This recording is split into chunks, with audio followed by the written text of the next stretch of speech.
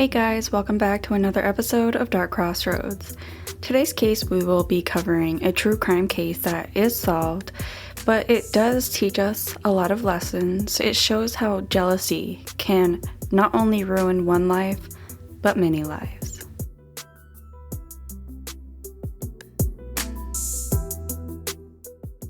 you say it's a big coincidence that your ex-boyfriend's girlfriend ends up dead? No, I'm telling you, because I didn't do anything. I had no motive. You have plenty of motive. That's the truth. I don't have any feelings like you were saying. I really don't have any. I didn't know even know who the girl was. I had no idea. That's not true. You know who his girlfriend is because you followed him. Kendra Hatcher was born on the 3rd of February in 1980 in Springfield, Illinois. Her parents had multiple children. She had 3 sisters and 1 brother. At her local small high school, Kendra was known for being athletic. She was the captain of her high school cheerleading squad and the girls' volleyball team.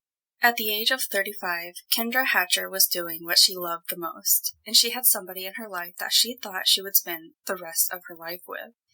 Tragically, though, a jealous woman would put an end to her promising future. Kendra was a devout Christian who grew up in Pleasant Plains, Illinois. She studied dentistry in college.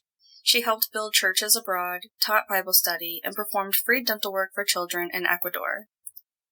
In 2015, Kendra was living in Dallas and accepted a job at Smile Zone, which offered high-end dentistry to children from disadvantaged households. It truly seemed like the perfect fit for her.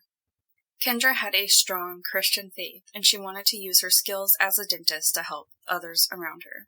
Kendra's professional life was going from strength to strength, and her personal life was blossoming also. She also began dating Dr. Ricardo Ricky that same year. Ricardo was completing a dermatology residency at the University of Texas Southwestern Medical Center. Kendra and Ricky met via the dating app Tinder, and they went on their first date on the 24th of May, and from that very first date, they were inseparable. They both had similar values, and they both wanted the same things in life. After dating for only 3 months, Kendra and Ricardo began talking about marriage. They planned a trip to Cancun for Labor Day of 2015. Things were going exceedingly well for Kendra until the day of September 2nd, 2015. That day in September, Kendra drove into the parking garage to park her car after a full day of work at Gables Park 17, the luxury building that she lived in. She had gotten there around 7:40 p.m. This was something that she did every day, but she was excited, more excited than normal, because she was looking forward to the weekend ahead in Cancun with Ricky. But she would never make it to Mexico. Just minutes after she drove into the parking garage, 2 men walking through the parking garage heard the sound of screams and shots being fired. One of them is quoted as stating, "You heard screaming, it was pure fear, and then I heard pop, pop." After the shots were heard, the witness stated that they noticed a Jeep Cherokee was seen speeding out of the garage. This person lived in the apartment complex and heard the screams, and they called 911. First responders rushed to the scene, but were unable to save the victim, who subsequently was identified as Kendra Hatcher. Bullet shards and a handgun magazine were found on the ground near her body. Her purse was missing, but her cell phone had been left behind. Though the murder had the hallmarks of a robbery gone wrong, the manner of the shooting made people think that it might be an execution. The crime scene analysis that was at the scene stated the injury wound came from the upper part of the head and exited through her chin, and gunshot residue suggested that her hands were up and behind her head at the time that she was shot. Security cameras at Gables Park 17 showed that a black Jeep Grand Cherokee did arrive at 7:15 p.m. before the murder. Dallas police detective at the time stated, somewhere around 7:42, the victim, Kendra, pulls into the parking garage. There was no doubt that that individual was waiting for her. As soon as she pulled in, he began to make his move. The shooter is then seen walking toward Kendra's car and then returning to the Jeep, which leaves the premises in footage obtained by the police department. The driver was a woman, was caught on camera. Images of the car and the driver were released to the media the following day in hopes of somebody calling in and identifying them. 2 days later, Jose Luis Ortiz contacted investigators, saying that it was actually his car on the security camera footage. He insisted that he had nothing to do with this. Jose told police that on the morning of the 2nd of September, 2 of his friends named Brenda Delgado and Crystal Cortez asked if they could borrow his Jeep. He said that they told him that Crystal's car was having mechanical issues, and they left the car with Jose for him to work on it, and he gave them his Jeep to use in the meantime. They were supposed to drop the Jeep back to him that evening after work, but instead Brenda asked him to meet him at a Chili's restaurant that evening, and he agreed. Crystal wasn't at the restaurant, and neither was his Jeep. Jose told police that he was with Brenda at the restaurant at the time of the shooting. The Jeep was returned to Jose's house later that night. Jose had no idea that his Jeep would be used as a getaway car. He said that the first time he became aware of it was when he saw the appeal the police made and recognized his Jeep. He asked Brenda about it, and she told him that it wasn't his Jeep, but then later said that Crystal used it to go there to get drugs for somebody, and probably something might have went wrong. Jose told police that Brenda urged him not to say anything, as it was his Jeep, and that he could get in trouble with police and risk his citizenship. He felt that she was trying to manipulate him. According to Jose, Brenda suggested that he paint the Jeep a different color, and she would pay for it. After speaking to Brenda, Jose reported the matter to the police. Brenda Delgado was brought in for questioning and asked about the murder of Kendra Hatcher. "I've never seen her," she responded in her videotaped interview, which was obtained by the show Snapped. When asked about her whereabouts on the night of the murder, Brenda Delgado conveniently produced her dinner receipt from Chili's. As soon as I asked about the Jeep, her response was, "I gave it to my friend Crystal." They asked her if she was the woman seen on the footage driving the Jeep. She confirms that yes, she was. She initially told police that an armed carjacker got into the Jeep and forced her to drive to the parking garage that night. She told police her 9-year-old son was with her, but the footage showed that there was no child in the car. When police told her this, Crystal changed her story. She told police that there was no carjacking, and she drove the man to the garage willingly, but claimed that she thought it was just for a robbery. She insisted she knew nothing about the shooting. Police asked her why she agreed to drive there in the first place, even if she did believe it was for a robbery, and she told them that Brenda asked her to do it. Police asked her why Brenda would want to steal from Kendra, and she told them that Kendra was dating Brenda's former boyfriend. Cortez claimed that Brenda offered her $500 to steal Kendra's purse. On Cortez's phone, detectives found a photo taken on the day after the murder with $500 in bills folded in the shape of a heart. She admitted that Brenda paid her to be the getaway driver, so we had enough to arrest her that night for murder. Unfortunately, I didn't have enough evidence to place Brenda in custody, so the only thing that I had to work with was the unpaid traffic ticket, and we did arrest her for the unpaid traffic ticket, stated police officers. At this point, things are starting to click for detectives. They eventually learned that Brenda had dated Ricky on and off from 2012 until the beginning of 2015. They had lived together for a time, and she had even gotten pregnant by him, though she later had an abortion. When Ricky began dating Kendra, it became clear that Brenda was not happy. But to Ricky, he had no idea that she was not happy about this. He ended their relationship in February of 2015, and he had dated other women.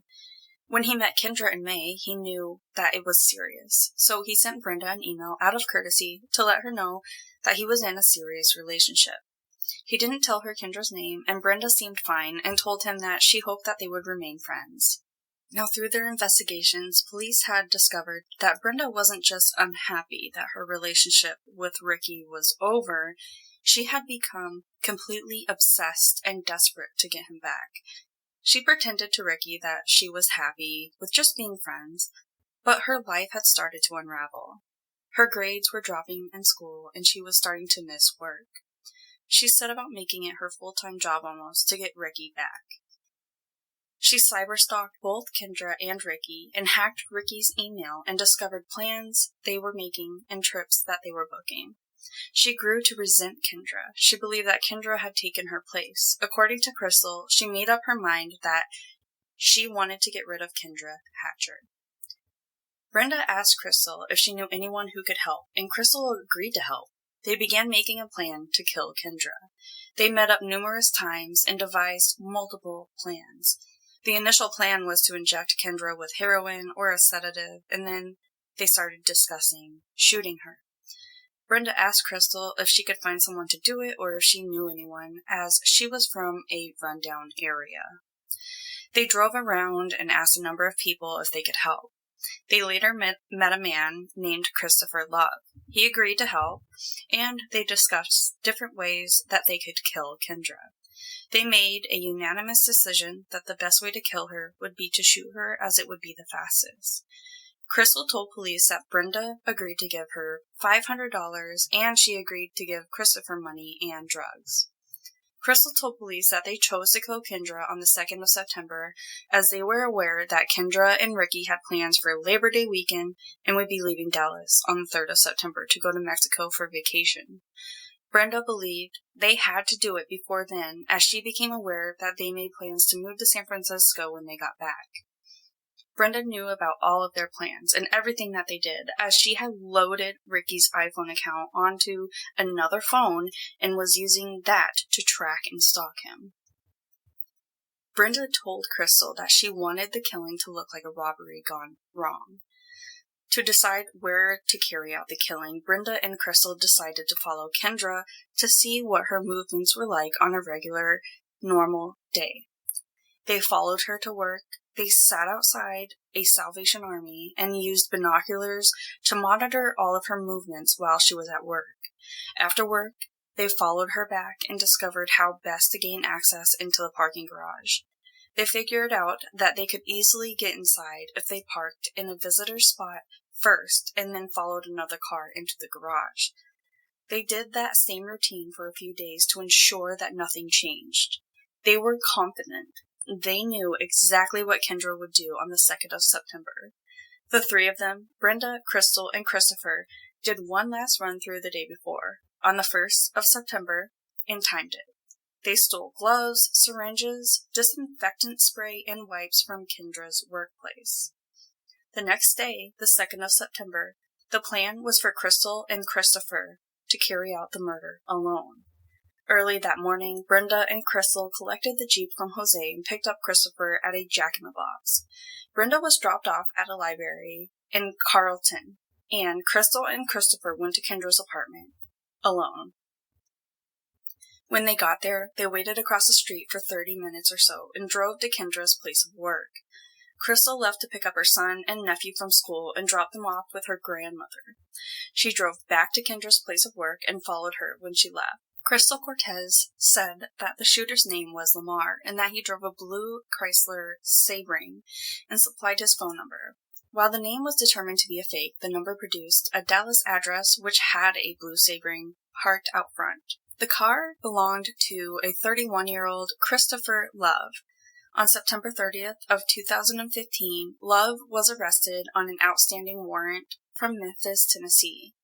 Inside of his car, authorities found a gun hidden in a side compartment. Ballistics tests revealed it was the weapon used to shoot Kendra Hatcher. What we're doing is I'm pulling the plastic back, and you can see underneath where the ashtray is, there's a butt end of a gun. What did you do when you saw that gun? Celebrated. I mean, high fives. We were ecstatic. Christopher told detectives that Brenda Delgado said that she was connected to Mexico's infamous drug cartel. She promised to pay him in both drugs and money. Christopher was arrested and charged with capital murder. In October of 2018, Brenda Delgado made bail on September 5th of 2015. Then she boarded a bus and fled the country. She was put on the FBI's 10 Most Wanted list, and a $100,000 reward was offered for any information leading to her arrest. She was later caught in April 2016 in Torreon, Coahuila. Mexico stipulated that she wouldn't face the death penalty as part of her extradition agreement. Crystal Cortez pleaded guilty to murder and agreed to testify against Love and Delgado in exchange for a 35-year prison sentence. Crystal Cortez testified at Brenda Delgado's murder trial that year and stated, "Probably 2 weeks after I met Brenda, we started planning this murder." Were you an integral part of the planning of this all? Yes, I was. When did the planning of this start? Probably 2 weeks after I met Brenda, we started planning this murder. We would follow her from her job to her house. We pretty much just found out her daily routine. She would find him on the Find Me app, and that's how she knew where Kendra lived, and she would follow Ricky that way. When I heard the shots fired, I knew that he had killed Kendra Hatcher, and that's when I went ahead and hit the reverse. And you were just getting afraid that you were going to be possibly facing the maximum penalty for this crime. Is that right? Yes, sir.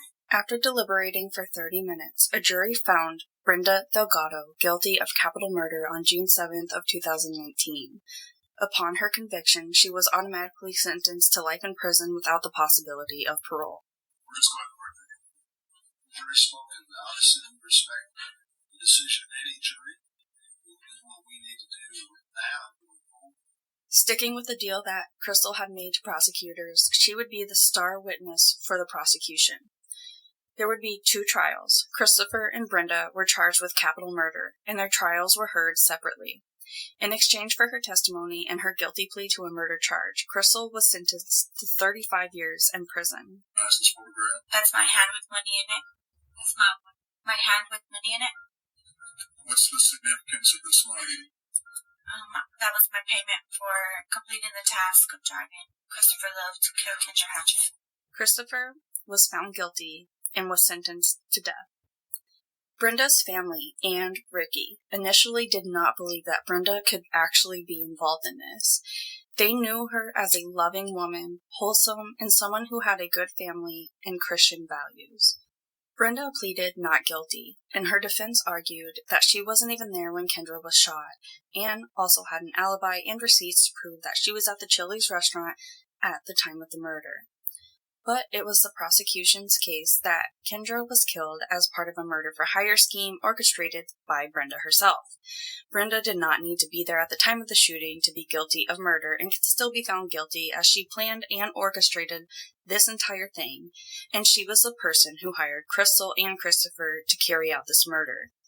The court heard that Brenda had a motive to want Kendra dead. She saw her as being an obstacle to getting what she wanted. It was her desire to be back with Ricky. The court heard that in the months leading up to Kendra's death, Brenda had become increasingly obsessed with her and Ricky. The court heard testimony about that obsession from a number of people who knew Brenda. Her cousin testified that Brenda was depressed after her relationship with Ricky ended. He also testified that she offered to pay him if he hit Kendra with a baseball bat. He obviously declined to do so. I need somebody that can hurt Paniawa and Miss Hatcher. And I said, stop. I don't want to hear anything else you have to say. One of Brenda's friends also testified that Brenda was super obsessed with and angry towards Ricky when he ended their relationship.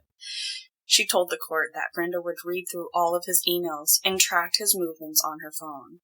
She told the jury that Brenda had even kept a copy of his house key and had access to his bank accounts. Jennifer testified that Brenda asked her to eliminate Kendra Hatcher. She told the court that Brenda wanted her to either inject her with something fatal or use a bat and leave her in a coma. She told the court that Brenda offered to give her $2,000, a car, and drugs if she would do this. One of the plans were to inject her with the needle. Another plan was to shoot her directly. And another plan was to kidnap her. He pretty much said that it would be easier just to kill her with the gun. She just wanted to eliminate Kendra Hatcher or even both of them. It was the prosecution's case that Brenda had asked a number of people to help her before she finally found somebody to agree. It was their case that she took advantage of Crystal. Crystal was struggling, single mother, who made $11 per hour, and she also looked up to Brenda, a woman who had her own apartment and money, and she wanted to be like her. The court heard that she gave Crystal $500, and police found the ATM withdrawal receipt for that amount in her belongings. She also paid Christopher. He was given a cash sum of $600 worth of marijuana and $300 worth of cocaine. The jury were told that Brenda was at a Chili's the night Kendra was shot and went straight home afterwards.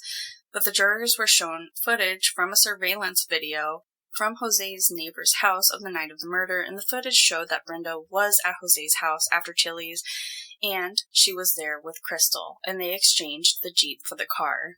The court heard that cell phone data also placed her with Crystal and Christopher before the murder, and that Brenda and Crystal contacted each other 99 times over a 2-week period, from the 22nd of August to the 4th of September. The jury deliberated for just 30 minutes and found Brenda guilty. She was sentenced to life in prison without the possibility of parole. Our family will never be the same. This doesn't happen in Central Illinois. We didn't know that evil like this existed. She was full of life and full of love and just gave everything she had to everybody. And when I heard that this had happened to her, I couldn't imagine who would do it. I couldn't imagine who would hurt her because nobody disliked her. You can't even look at me. No matter how envious you were of any human being, it does not give you the right to destroy lives, many lives, your own family's lives, our lives, Kendra's lives, my children's lives.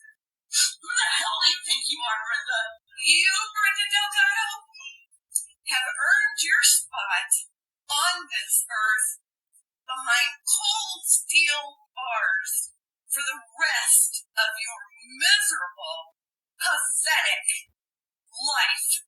My resources for this episode include Oxygen, Chilling Crimes, Wikipedia, Texas Monthly, and last but not least, Dateline. This case has also been featured in a number of TV shows, including Sleeping with a Killer, Snapped, Killer Cases, A Time to Kill, and Dateline. Alright guys, so thanks for hanging out again today. If you're new here, welcome, and don't forget to like, share, rate, review, subscribe wherever you can find us.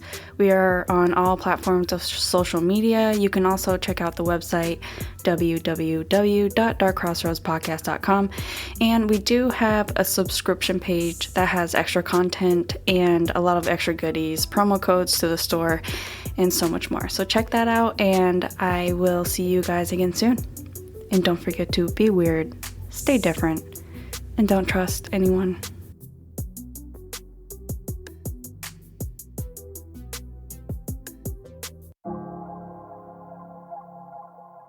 Dark Crossroads Podcast is brought to you by Problem Wildlife. Problem Wildlife serves all of Western Massachusetts and has been humanely protecting your house and your family from unwanted pests for over 20 years. Take back your space with an animal control service that you can trust. They are family-owned, fully licensed, and are knowledgeable and dependable. To find out more about their services, simply visit their website at www.problemwildliferemoval.com. Again, that is www.problemwildliferemoval.com, and their information will be included in our show notes.